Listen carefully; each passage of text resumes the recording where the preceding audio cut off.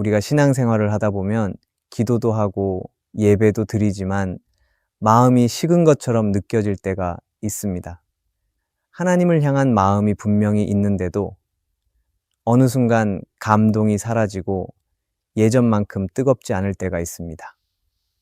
그럴 때 우리는 성령님과의 거리가 조금 멀어졌다는 것을 느끼게 됩니다. 그러나 성령님은 결코 우리를 떠나지 않으십니다. 다만 우리가 그분의 음성을 듣지 못하고 그 인도하심에 귀 기울이지 못할 때가 있을 뿐입니다. 성령님과 가까운 사람은 단순히 기도만 하는 사람이 아닙니다. 그 기도의 마음을 삶 속에서 지켜내는 사람입니다. 성령님은 우리의 말보다 우리의 태도 속에서 일하시고 순종하는 사람을 통해 하나님의 뜻을 이루십니다.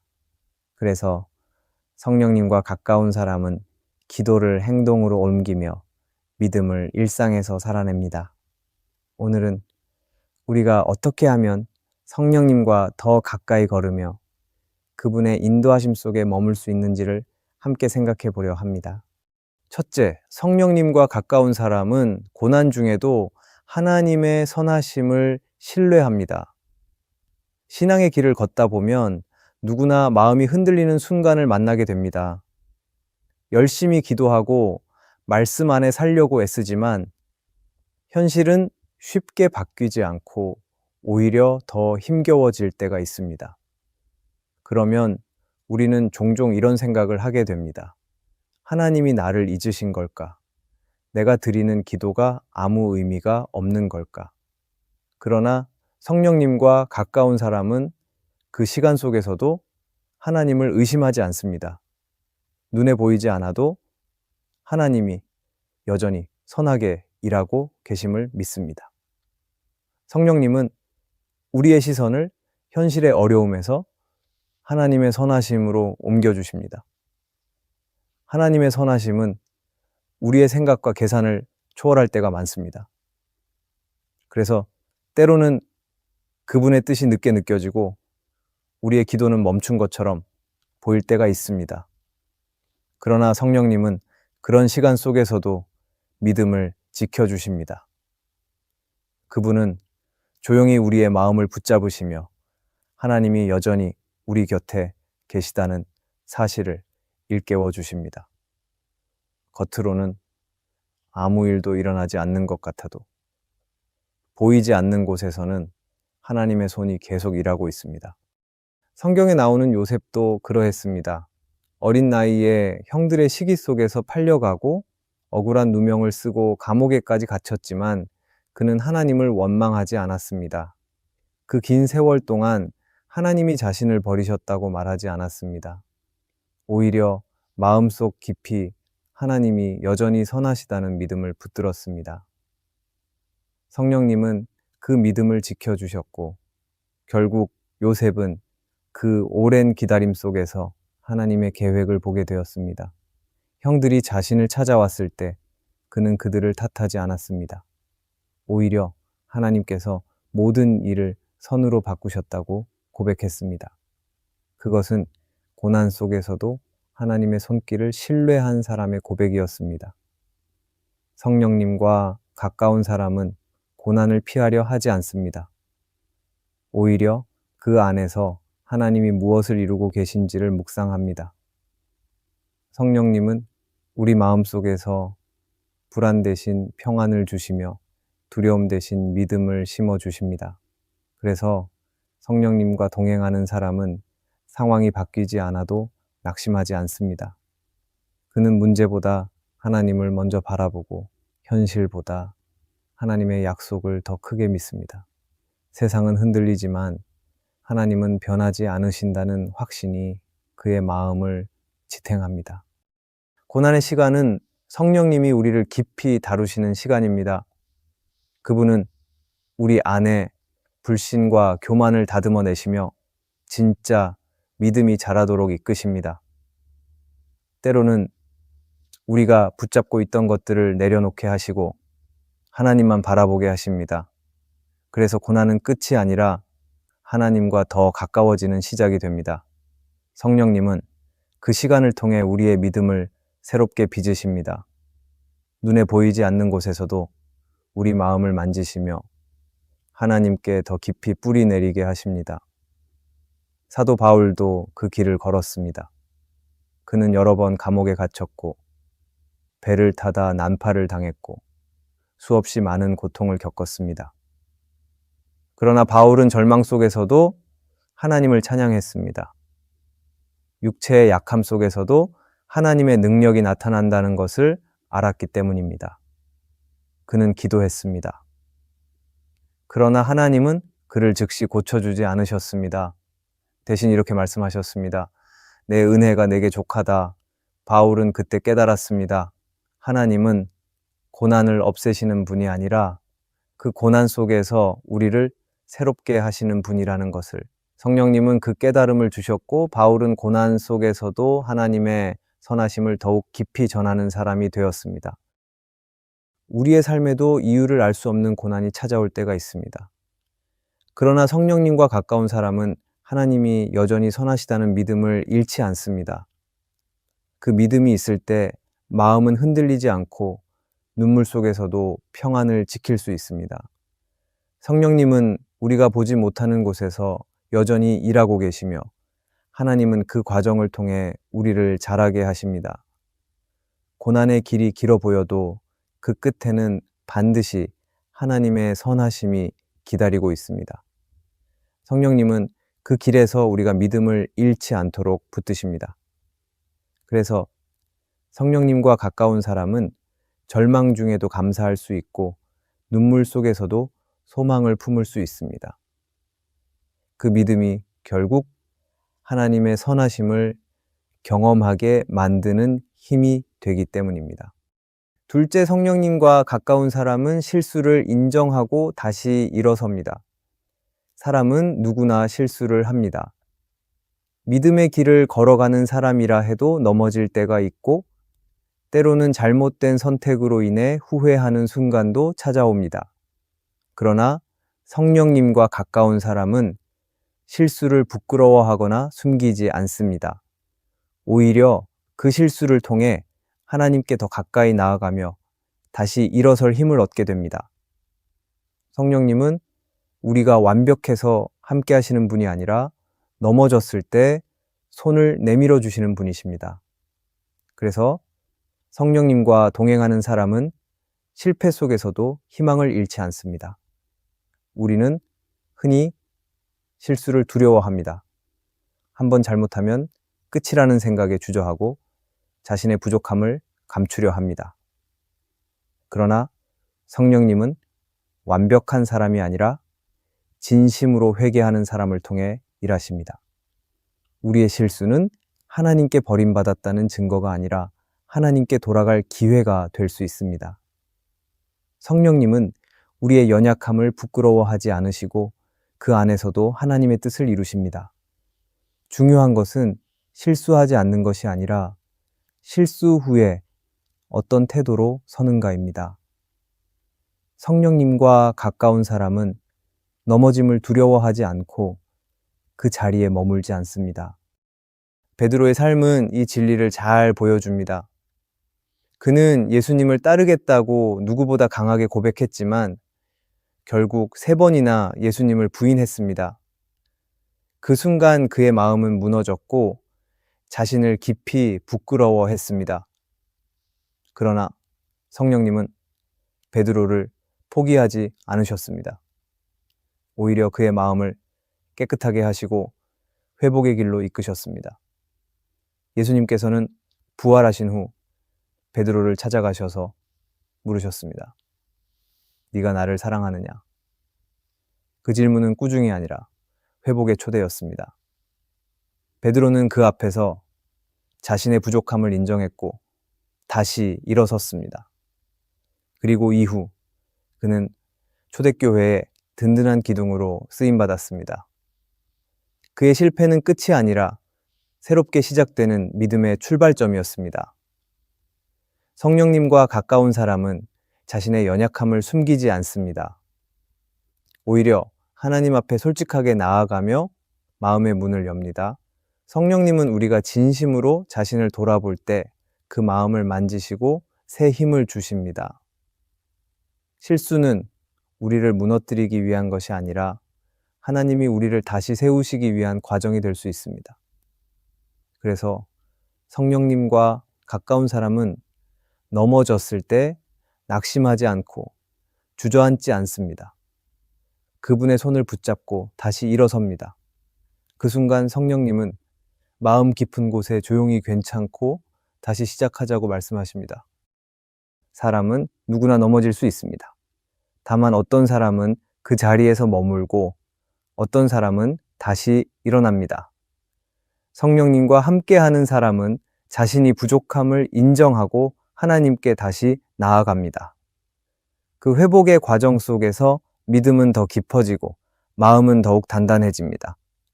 실수는 신앙의 실패가 아니라 하나님을 더 깊이 의지하도록 이끄는 기회가 됩니다. 하나님은 완벽한 사람을 찾지 않으십니다. 오히려 넘어졌어도 다시 일어서는 사람을 통해 하나님의 일을 이루십니다. 사도 바울도 처음에는 예수님을 믿는 사람들을 핍박했지만 성령님의 부르심 앞에 자신을 낮추고 돌이켰습니다. 그는 과거를 부끄러워하기보다 그것을 하나님의 은혜로 고백했습니다. 나의 나 된 것은 하나님의 은혜라고 말하며 자신의 연약함조차 하나님의 영광으로 바꾸어 내었습니다. 성령님은 바로 그 마음 안에서 일하십니다. 우리의 실수는 하나님이 우리를 포기하셨다는 증거가 아닙니다. 오히려 그 실수 속에서도 하나님은 여전히 우리를 사랑하고 계십니다. 성령님은 우리가 다시 일어서도록 격려하시고 과거의 실수가 더 이상 우리의 발목을 붙잡지 못하게 하십니다. 성령님과 가까운 사람은 자신을 정죄하지 않고 하나님의 용서를 믿습니다. 그리고 그 은혜를 붙잡고 다시 걸어갑니다. 때로는 실패가 우리의 신앙을 더 깊게 만듭니다. 그 시간을 통해 우리는 하나님의 은혜 없이는 살 수 없다는 것을 배우게 됩니다. 성령님은 넘어짐의 자리에서도 우리를 새롭게 세우시는 분이십니다. 그래서 성령님과 가까운 사람은 완벽한 사람이 아니라 넘어져도 포기하지 않는 사람입니다. 그는 실수를 통해 겸손을 배우고 회복을 통해 하나님의 사랑을 경험합니다. 성령님은 그 마음 안에서 새 생명을 불어넣으시며 다시 믿음의 길로 나아가게 하십니다. 그 사람이 바로 하나님께 다시 쓰임받는 사람입니다. 셋째, 성령님과 가까운 사람은 교만하지 않고 겸손을 지킵니다. 성령님과 함께하는 사람은 마음이 부드럽고 낮습니다. 겸손은 단순히 자신을 작게 여기는 것이 아니라 모든 것을 하나님께 의지하며 살아가는 태도입니다.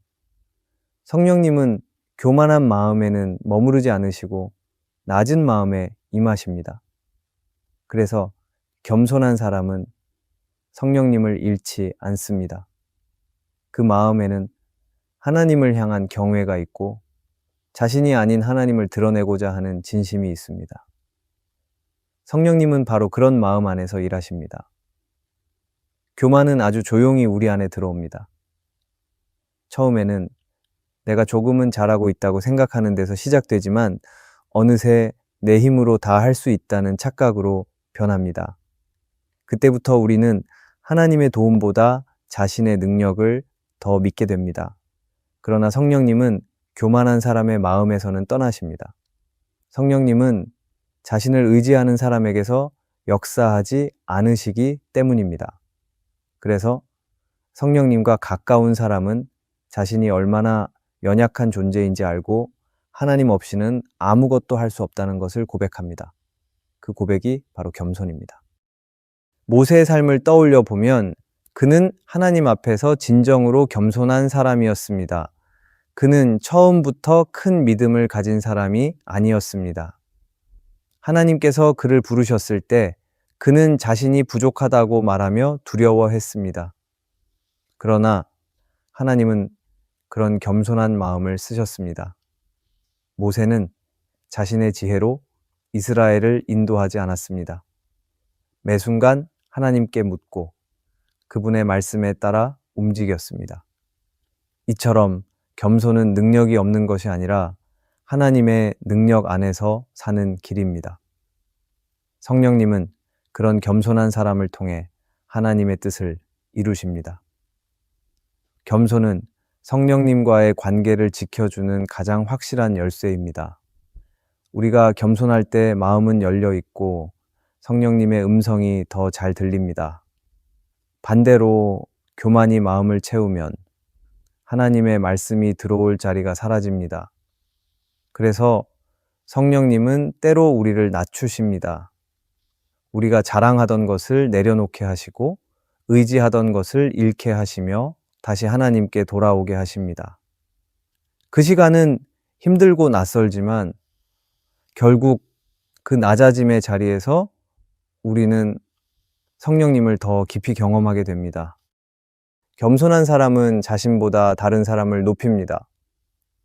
그는 남을 비판하기보다 이해하려 하고 자신의 의견을 주장하기보다 하나님의 뜻을 먼저 생각합니다. 성령님은 이런 마음을 기뻐하시고 그 사람의 삶 속에서 사랑과 평화를 이루십니다. 겸손은 약함이 아니라 하나님을 신뢰하는 힘입니다. 세상은 성공을 높이지만 성령님은 겸손을 높이시고 하나님은 교만한 자를 대적하시고 겸손한 자에게 은혜를 주십니다. 그래서 성령님과 가까운 사람은 자신을 드러내지 않고 하나님이 하신 일을 감사함으로 인정합니다. 사람의 마음은 쉽게 높아집니다. 신앙이 깊어질수록 오히려 내가 잘 믿고 있다는 생각이 생길 때가 있습니다. 그러나 성령님은 그런 순간에 우리 마음을 다듬으십니다. 기도하는 자리에서도, 말씀을 전하는 자리에서도, 봉사하는 자리에서도 하나님이 중심이 되어야 한다는 것을 깨닫게 하십니다. 겸손은 단 한 번의 결단으로 완성되지 않습니다. 매일의 선택과 태도 속에서 지켜가야 하는 마음의 자세입니다. 성령님은 우리가 그 겸손을 잃지 않도록 도와주십니다. 예수님의 삶을 보면 그분은 하나님의 아들이셨지만 자신을 낮추어 사람의 모습으로 오셨습니다. 세상의 영광이 아닌 섬김의 길을 택하셨고 자신의 뜻이 아니라 아버지의 뜻을 이루셨습니다. 예수님이 보여주신 겸손은 단순한 인내가 아니라 사랑의 표현이었고 성령님은 우리 안에서도 그 겸손을 빚어가십니다. 우리가 높아지려 할 때마다 마음을 돌이켜 예수님의 길을 따르게 하십니다. 겸손한 사람은 성령님과의 관계에서 안정됩니다. 그는 상황이 잘 풀릴 때도 교만하지 않고 어려운 일을 겪을 때도 낙심하지 않습니다. 늘 하나님을 바라보며 모든 일이 하나님의 은혜로 이루어지고 있음을 압니다. 그런 마음을 가진 사람은 성령님의 음성을 분별할 수 있고 그분의 인도하심에 민감하게 반응합니다. 성령님과 가까운 사람은 스스로 높아지려 하지 않습니다. 오히려 하나님을 높이고 이웃을 섬기며 모든 영광을 하나님께 돌립니다. 성령님은 그 마음을 기뻐하시고 그런 사람의 삶을 통해 하나님의 사랑을 드러내십니다. 겸손은 세상에서는 낮은 자리처럼 보이지만 하나님 앞에서는 가장 높이 들림받는 자리입니다. 그래서 성령님과 가까운 사람은 자신을 낮출수록 더 큰 은혜를 경험합니다. 그 마음이 있을 때 우리의 삶은 언제나 성령님의 인도하심 속에 머물게 됩니다. 넷째, 성령님과 가까운 사람은 사랑의 열매를 맺습니다. 성령님과 함께하는 사람의 삶은 언제나 사랑으로 드러납니다. 그 사랑은 감정이나 호감이 아니라 하나님께 받은 은혜가 흘러나오는 모습입니다.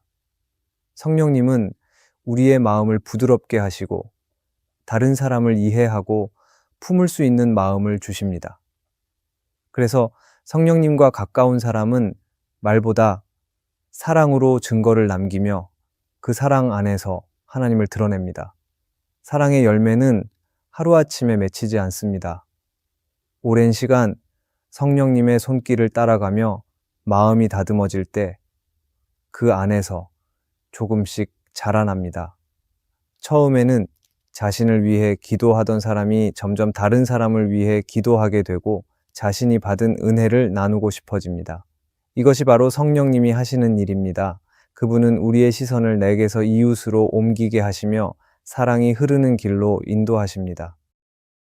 예수님은 제자들에게 내가 너희를 사랑한 것처럼 너희도 서로 사랑하라는 새 계명을 주셨습니다.